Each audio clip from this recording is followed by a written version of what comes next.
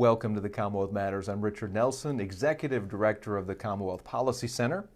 Wondering how many of you felt like telling your elected leaders what you really think? Maybe a better question is, do you want to be heard by your elected leaders? Well, today we're going to talk about effectively communicating with community leaders, and to talk with us more about this is Brandon Porter, Communications Director of the Kentucky Baptist Convention. Yeah. Brandon, welcome to the program. Thank you. Thanks for having me.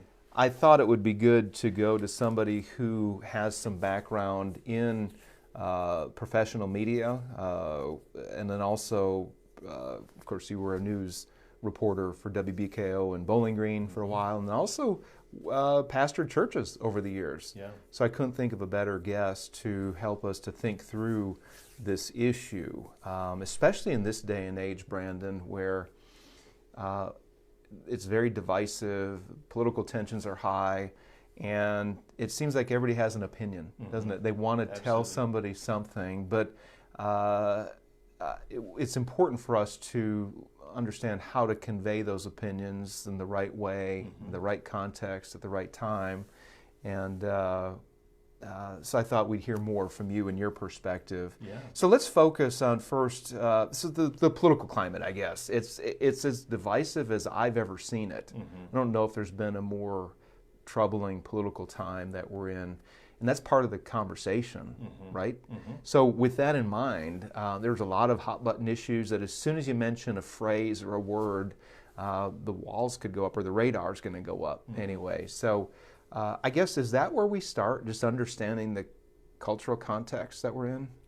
Sure, I think that's a great place to start. You know, I think social media has definitely played a role in that. It gives folks a voice that perhaps have felt like they didn't have a voice before, and so that could be a very positive thing.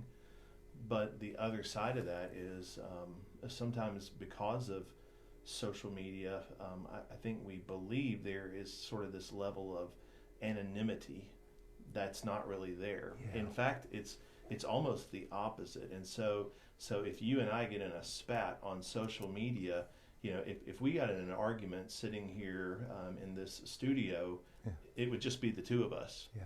But if we get into a spat on social media between your friends and my friends, we don't know who's actually watching that, even though that they may never comment on it, or they may comment on it. Yeah.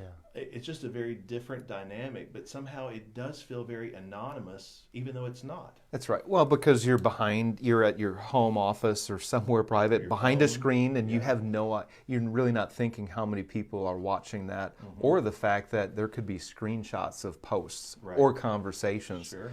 Which, by the way, those things don't go away. No. That's out there forever. Once it's out there, it's out there for good. Yeah. So we need to be mindful that there's this false sense of security that it's private when you're on social media, and it's truly not. The internet is forever. That's a good thing to remember. And if you don't want everyone to know it, then don't say it. That's the second. That's good thing to remember. That's good. Well, and I'll add too, just because it's on your mind to say something, imagine yourself saying it to a full room, or to being on a stage and saying it, right? Yeah, yeah. So temper those thoughts. Which it seems like we're in a day. So politically, we're in this pressure cooker, if you will, and when you're in a pressure cooker, what's inside comes out eventually. But we want to be mindful that people are listening, that what we say might not go away if it's on social media. But this brings me to the idea of venting. It might feel good to vent, and I want to bring this to conversations with political leaders. It may feel good to get your thoughts out and to relieve some stress, but non-starter, right, for a conversation with a political leader? Right. No, I don't think so at all. That doesn't help them. You know, you have to remember that they deal with hundreds of people, maybe thousands of people, and more as we kind of expand our circles there of the influence that they have. And so, you know, you will just be blocked out if your approach to them is to vent, because they're people too, and they just can't handle if hundreds of people and all that they want to do is vent. You know, imagine for us if 5 people, if 10 people vent to us during a day, that there comes a point to where we just can't take it anymore. That's right. it's just exponentially greater for those political leaders. That's right. So political leaders, keep in mind, if you haven't thought about it, political leaders are people too, Right. and they have limits. Yeah. And venting to them or anybody Yeah. is not the appropriate way to go about it. So I think there's some intimidation involved, or when somebody wants to share a legitimate concern with an elected official, whether it's a city councilman or your state representative, there might be some fear. How do I approach this person? Yeah. How do I have a conversation? Should they be fearful of talking to a city councilman or a mayor? I don't think you should be fearful. I think maybe you should be respectful. Is a better word there. But I mean, those folks, that they are our representatives, and so they should understand when they began their campaign and ran for office that they were going not just as a representative of themselves or their family, but as a representative for all of the people who live in their district. And so I think we don't need to have fear in approaching them, but I do think we need to have respect in the way that we approach them. That's good. And I think if you realize that these people, by and large, who ran for office, they really do, they are there to serve. Mm-hmm. They do want to know what their constituents are saying, and most of them are very approachable. Absolutely. Yeah, I think just from watching much of this year's General Assembly session, I was impressed this year, and it's probably true with every year, but it just caught my ear more this year of hearing the folks as they spoke. They talked about the people that they represented back at home, that this wasn't just their voice being heard. And I think maybe because of the pandemic that was more, there was more weight on them, because they were bringing different parts of Kentucky into those rooms, into the chamber of the House and the chamber of the Senate, and that they wanted to make sure that the folks in their local community had a voice as decisions were being made. Yeah, that's good.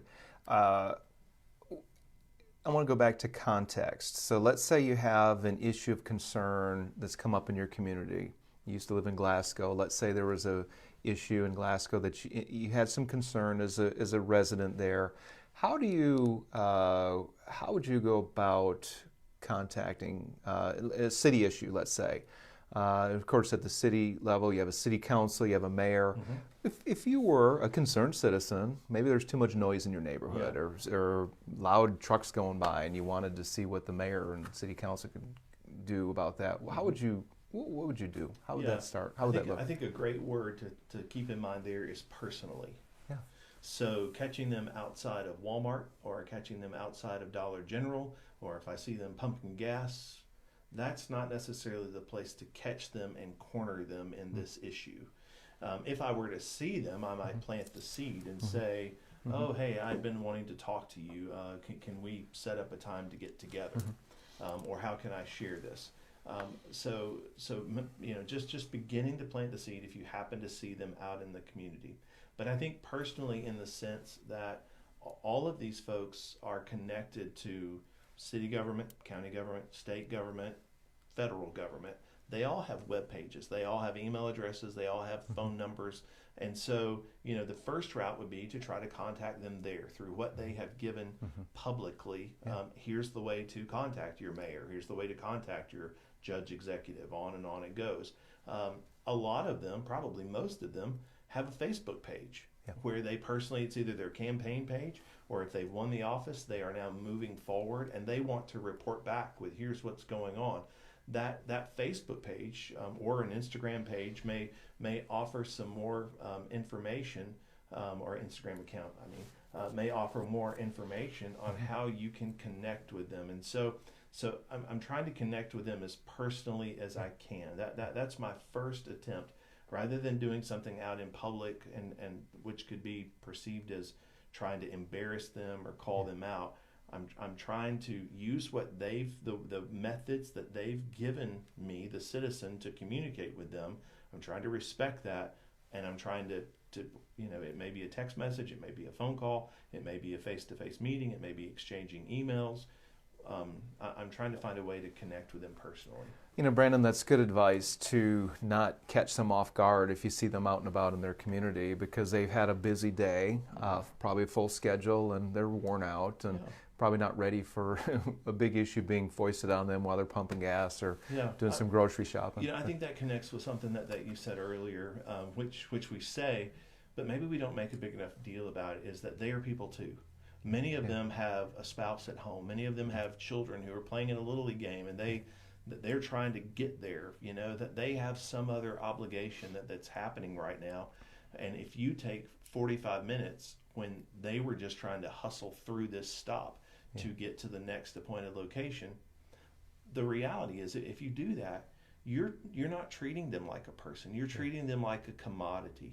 You're treating them like an object that you use for your benefit, rather than seeing them as a fellow image bearer created in the image of God, who have, you know, a right to be respected and shown dignity. They have the right to have a schedule too, you know, that they're moving forward with. They do, and I'm glad you bring that up. They're, you know, equal in standing before God. They're made in the image. I think there's a lot of animosity, if you will, towards our elected leaders today. There's a lot of anger, especially those at the federal level, more high-profile politicians. But need to realize that we don't understand what they've gone through, the challenges that they're facing. And if we had a little more empathy towards what their day looked like, the challenges, the issues that they're dealing with, I think we'd approach them a little differently, don't you? Absolutely, absolutely. So context, we're talking context. When you start the conversation, start in the appropriate, at the appropriate place, which is not in a public place, but contact them through their official channels to see if you can set up a meeting. But at the same time, if you do see them in public, it's appropriate to say, "Hey, Mr. Mayor, thank you for serving." Absolutely. Something like that, right? Absolutely. Applaud them for their service. Yeah, absolutely.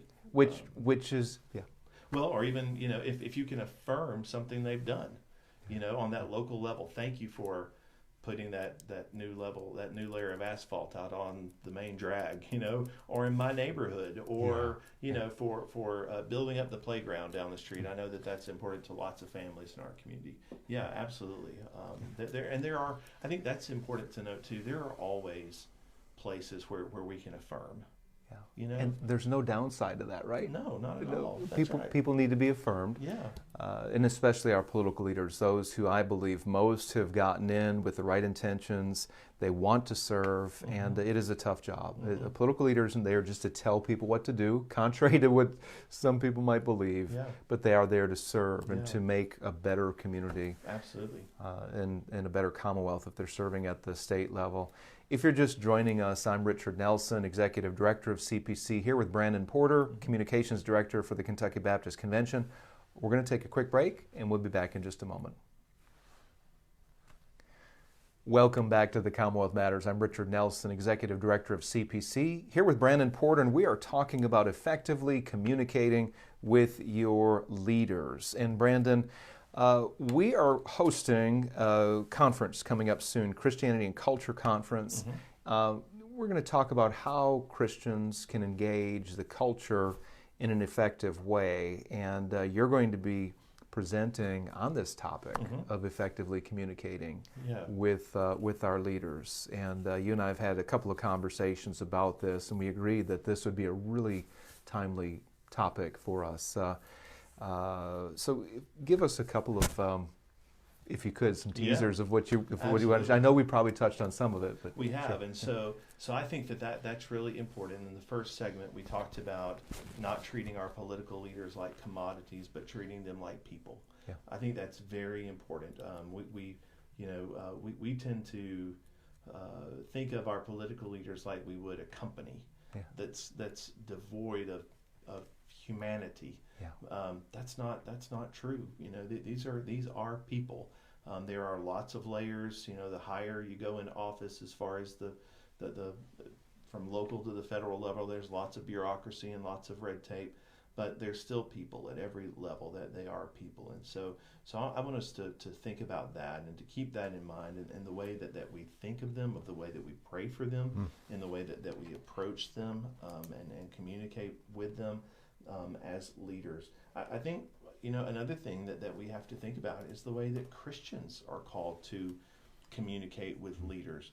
I do think because of the responsibility that we have and the way that Christ has called us to live as his disciples, I think that our communication should be different. It should look unique to the communication they receive from people who are not followers of Jesus. Well, let's talk about that, because it's going back to what we started out talking about. It's easy to vent. There's frustration, and people feel like they need to get a load off and unload on a political leader. But how should a Christian communicating with a leader, how should that look? And I guess maybe just general communication principles, right? Yeah. Well, yes, and beyond that, I think we have to bring a humility, a kindness to the conversation.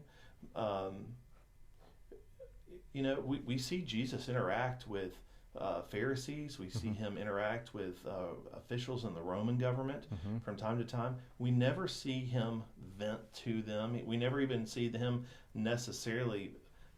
He calls them out, specifically the Jewish leaders, but he doesn't vent about them. He calls them out, but he doesn't then go off and mumble under his breath to the disciples, and so we see some pictures there of how to address those concerns. But I think, we always want to be salt. We always want to be light, bringing light into the darkness, and our tone and our approach can just ruin that. If we start the conversation in the wrong way, they're not going to hear anything else that we have to say, and they won't want to hear anything else we have to say. Yeah. So maybe pray before you're about to approach somebody, right? Especially if it's a tough issue. Absolutely. Yeah. So I'm reminded of there's a lot of passages that speak of how we ought to communicate. One is in Colossians 4:6. Let your speech always be gracious, seasoned with salt, so that you may know how to answer everyone. Absolutely. So grace, no downside to grace. Yeah, very similar in Ephesians 4. Paul talks about full of grace. He talks about what builds up and what does not tear down. And so, I always think about those chapters in Ephesians and Colossians. They're sort of cousins because they run the put-ons and put-offs of Ephesians chapter 3 or Colossians 3, and then the Ephesians 4 of the way that we are to walk as Christians. And so, is this edifying? Is this not only to the person but to the glory of Christ? Is what I'm going to say and the way I'm going to say it, is it honoring to Jesus? Amen. That's good. So that just brings me back to what we talked about a few minutes ago about being on a larger stage. If you're on social media, a lot of people watching, Absolutely. right? Possibly watching, and that stuff doesn't go away. Yeah.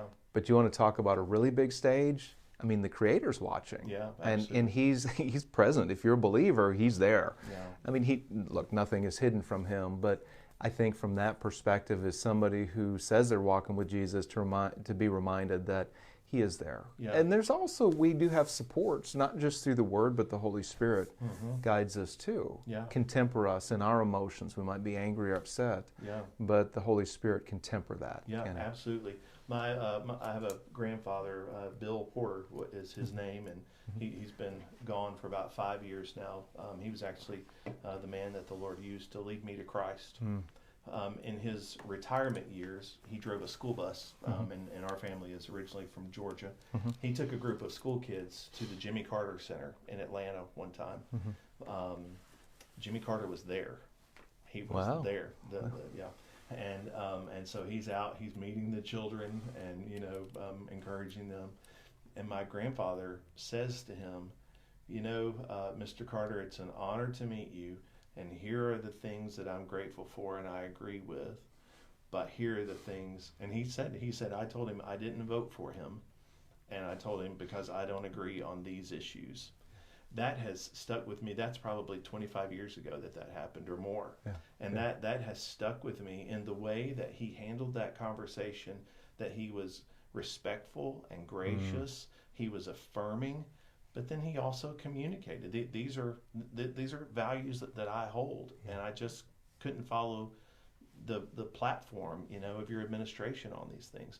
And that really has shaped the way that I think, the way I try to write, the way I try to approach leaders, whether it was on the very local level as a pastor, or now as we think more on the state or even the national level through the work that I have to do with Kentucky Today through the Kentucky Baptist Convention. Yeah, no, that's good. So you had a significant example in your life at an early age of how to communicate respectfully to the highest leader in our country. Absolutely. At one point, Absolutely. Jimmy Carter. Yeah.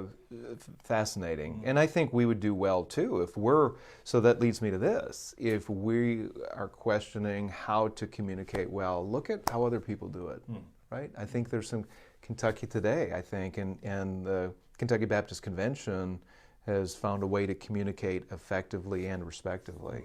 Which we try. Thank you. Yeah, that was a little plug for you. Appreciate We can talk later about the endorsement deal afterwards, right? No, but so in contrast with other outlets, there's don't use the same tone or the same language. Sometimes you see hit pieces, right, on politicians. Absolutely. I'm not seeing that from your publications. And it's not because there's not pressure to run those, just to be honest. Yeah. We just choose to go a different direction. And so I think that we can look out and we have to discern whether it comes from news organizations or other ministries, organizations like CPC who are out there, the approach, the tone, what are they saying and how are they saying it? Yeah. And most of the time, organizations are consistent. Everybody can make mistakes. Everybody can be really frustrated or just have a bad day. Yeah. But we watch these long-term patterns of communication, and I think we are able to learn how to communicate, not only in a way that is hopefully effective with the political leader, but again, is honoring to God. That's the most important thing. It's honoring to the Lord as our ultimate goal. That's good. Brandon, we've got just a couple minutes till we need to wind down. I want to pivot over to building relationships with your leaders. We're talking about communicating, which is the way you build relationships, but how can a person in their community build a relationship with a city council person or with the mayor? Do you have any pointers as to how to... And the reason I'm asking this is because as a relationship builds, you have more input as to how they govern, or at least you have some... you're sharing with them and could influence them in some way or another. Yeah, I think you don't just show up when the one specific hot button issue is there on the table. Yeah. That you build a presence, you build a relationship with them. Even if, again, I think we can't devalue affirmation. Yeah. And so we think, no news is good news. Well, that's really hard, as a father, and we're both fathers. You know that if the children aren't saying anything, it doesn't necessarily mean that they agree. That's right. That's exactly right. We hope they do, and we're going to continue to move forward as if they do. Yeah. But there may be some notes being written in the back seat that we just can't see. But it takes that relationship and that trust in order for that political leader to open up to That's you. Right. Right. Exactly. That's right. And so that's where that presence, you're there. If you can always affirm. If things are going well, you're affirming. Thank you for this thing. Thank you for that thing. That's going to give you the opportunity, and it's going to give your voice some weight when you have to step in and say, but I can't go with you here. That's good. And I think if you do it in the right tone and in respectful ways we've been talking about, that goes a really long way. Absolutely. Doesn't it? Yeah. Brandon, we've got just about a little over a minute here. I want us to pivot over to pastors. What kind of influence can pastors have on their community as far as developing relationships with their elected leaders? A lot more than they realize. Tell us more. You got 45 seconds. So I think political leaders are leaders. They realize that pastors are leaders, that when a pastor shows up, most likely he's not speaking just for himself. He's speaking for those people that he is pastoring. And so those are people that they want to hear from the community, and the pastor can be the voice for many. And so I think political leaders on all levels are wise to listen to pastors, and I think pastors are wise to realize their voice really matters. That's a good word, and I would encourage pastors who are tuning in right now and listening to pray for their community, pray for their leaders, and then be willing to get involved with the conversations. Political leaders do want to hear from pastors. Absolutely. Communities do need to know that churches and pastors care for their community, and especially at a time when there's so many challenging questions. People are looking for answers. Absolutely. The community members are looking for, how do I think about this issue or that issue? And we've got a lot of opportunities before us, don't we? And they're looking for leadership.